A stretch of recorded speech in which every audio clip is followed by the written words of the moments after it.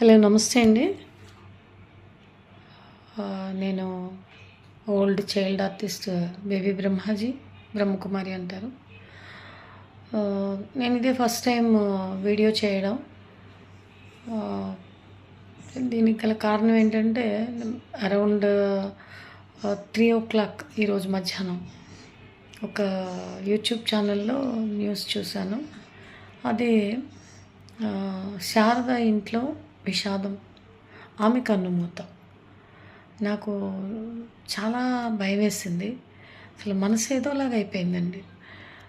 అది చూసి ఎవరిని అడగాలో ఏం చేయాలో నాకు తోచలేదు. వెంటనే శారదమ్మకే కాల్ చేశాను. చేస్తే లిఫ్ట్ చేసి, చెప్పమ్మా ఎలా ఉన్నావు ఏంటి అని నన్ను అడుగుతున్నారు ఆవిడ. నేను బాగానే ఉన్నానమ్మా, నేను ప్రస్తుతం కాకినాడలో ఉన్నాను, మీరు ఎలా ఉన్నారు, మీ హెల్త్ ఎలా ఉంది అని చెప్పి అడిగాను. నాకేరా, నేను బాగానే ఉన్నాను,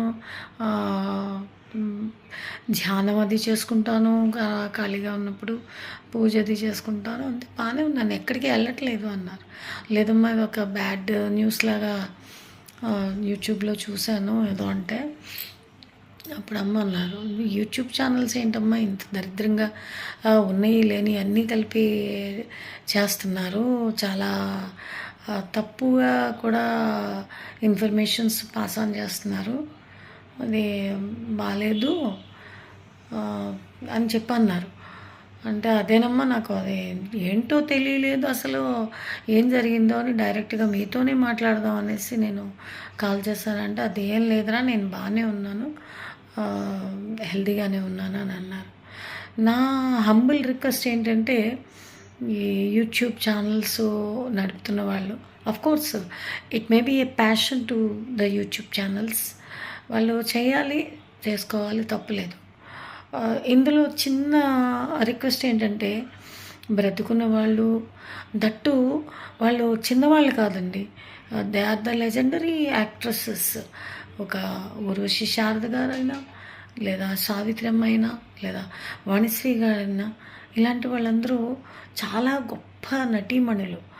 అట్లాంటి వాళ్ళ విషయంలో అఫ్కోర్స్ మీరు ఏం రాస్తారో రాసుకోండి, ఆమె కన్ను మూశారు అన్నది నాకు కొంచెం బాధ అనిపించింది. అట్లాంటివి న్యూస్లు స్ప్రెడ్ చేసేటప్పుడు కొద్దిగా ఆలోచించి మీరు చేస్తే బాగుంటుందని నా సూచన. దీన్ని మీరు తప్పుగా మాత్రం తీసుకోవద్దు. It's a request, that's